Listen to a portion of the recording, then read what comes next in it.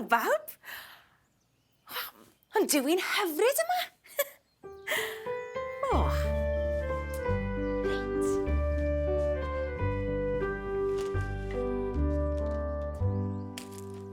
Allwch chi ddyfalu beth wi am wneud heddiw? Mae gen i raw fach, fforc, a hade. Heddiw, dwi'n mynd i blannu hade yn yr ardd. O, dwi wrth fy modd yn garddio. Mae fe'n gymaint o hwyl yn gwylio'r hade'n tyfu mewn i lysiau, neu flodau, neu ffrwythau. Chi'n gwybod beth? Mae gen i stori am Bethan tyfu. Hoffech chi eich chlywed hi? O, dwi'n caru dweud stori. Roedd y ddeiar yn araf ddeffro ar ôl y gaeaf hir. Roedd y blodau'n gwthiad trwy'r pridd, y blagur yn blodeu ar y coed, a'r mafon yn dechrau tyfu ar y llwyni.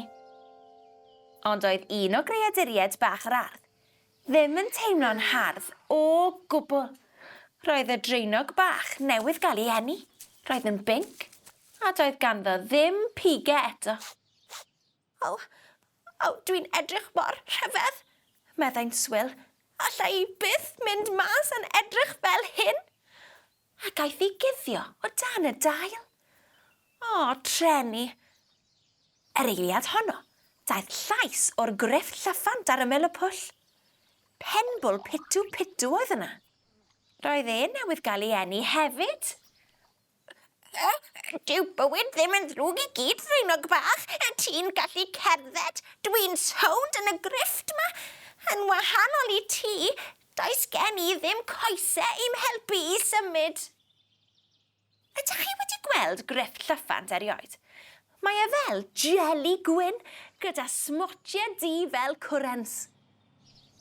Yn sydyn, clywodd y ddau, sŵn sibrwd. Roedd yn dod o grysalis bach oedd yn hongian o'r brigyn. Beth amdana i? Sybrydodd y chrysalis. Dwi'n sownd yn y bag brown ma. Mae'n dywyll fel y fagddi yma. Ac, sa'n hoffi'r tywyllwch. Meddai ychydig yn ofnus. Doedd y triawd yn methu deall y peth. Roedd anifeiliaid eraill mor bert pan oedden nhw'n cael ei geni. Y cywion bach. Yr ŵyn bach.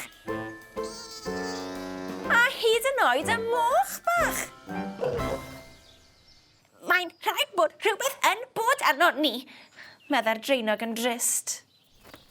Clywodd y titw Thomas y tri, ac aeth i weld beth oedd yr holl stŵr. Ar ôl bach o frecwast wrth gwrs. Pan glywodd beth oedd yn bod, estynnodd ei ffôn symudol a dangos llun iddyn nhw. Llun o nyth yn llawn wyau oedd e. Eglurodd y titw. Mae wy bach di-nod oedd hi hefyd, cyn iddi ddeior o'r wy. Wrth i chi dyfu, newch chi newid hefyd, meddai. Ond dwi eisiau newid nawr, ebychodd y dreinog. Pendronodd y titw am eiliad. Yna, cafodd syniad. O ni, beth am chwarae gêm i basio'r amser? Gallwn ni chwarae. Dwi'n gweld gyda'n llygad bach i. Dwi'n joio'r gêm yna. I chi? Felly, bob dydd, byddai'r titw yn galw heibio gyda llythyren newydd. A byddai'r tri yn mynd ati i chwilio. E am ebol. L am lili ddŵr. P am plien. Ac wrth i'r dyddiau fynd heibio, byddai'r titw yn sylwi ar y creaduriaid yn newid. Tyfodd y penbwl goesau. A thyfodd y dreinog biga. Ond beth amdana i? Meddai'r chrysalis yn ddigalon. Sa'i di newid dim. Paid a phoeni, ti siŵr o wneud? Meddai'r titw'n garedig. Rai wythnosau'n ddiweddarach, deffrodd y dreinog. roedd ar ben ei ddigon. O'r diwedd, roedd ganddo got o bigau pigog hardd. Brysiodd i weld ei ffrind y penbwl. Ond doedd dim golwg ohono. Yn ei le, roedd broga gwyrdd. Helo, Mr Broga, wyt ti wedi gweld fy ffrind penbwl? Holodd y dreinog. Gnaw, fi yw e, crawgodd y broga. Dwi wedi troi mewn i broga! Roedd y ffrindiau mor hapus ei bod wedi tyfu o'r diwedd. O, ond beth am y chrysalis? Edrychodd y ddau lan at y goeden. Ond roedd y chrysalis yn wag. O na! Beth oedd wedi digwydd iddo? Her eiliad honno, glaniodd Pili pala hardd wrth ei hymyl. Ydych chi wedi gweld ein ffrind y chrysalis? Holodd y dreinog ar broga yn ofidus. Falapiodd y Pili pala ei hydenydd yn llon. Fi yw hi! Wedes i y dofe? Medda'r Tidw Thomas. Mae pob Pili pala yn dechrau fel chrysalis bach brown, cyn troi mewn i Pili pala pert. Ac yn wir, dyna'n union oedd wedi digwydd.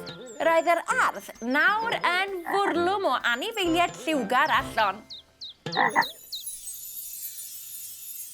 Alla i ddim aros tan y Gwanwyn pan fydd Pili palad a phob math o anifeiliaid yn fy ngarddi. Ond tan hynny, mae gen i gan am y Pili pala. Hoffech chi eich chlywed? 1, 2, 3. Dyma hi.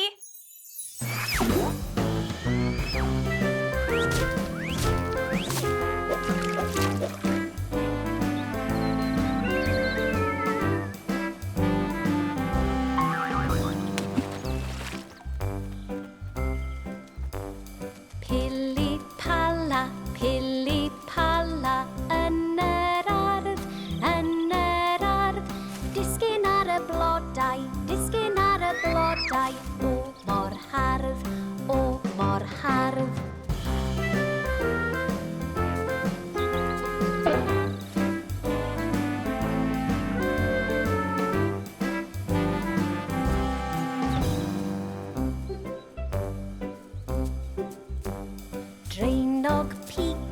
Dreinog pigog yn yr ardd, rowlio ar y glaswellt, o mor hardd, o mor hardd.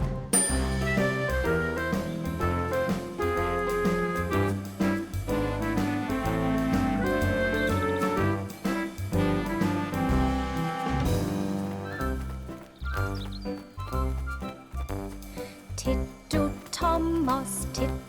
Thomas yn yr ardd, pigo ar yr hadau, o mor hardd, o mor hardd.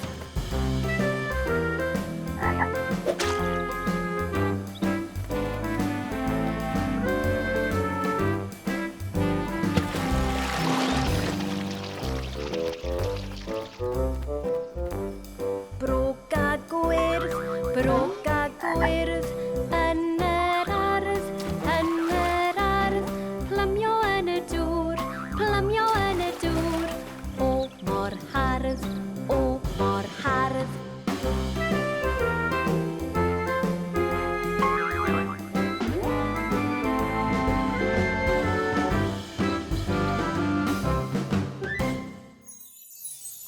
Dwi'n caru canu a dwi'n caru adrodd stori.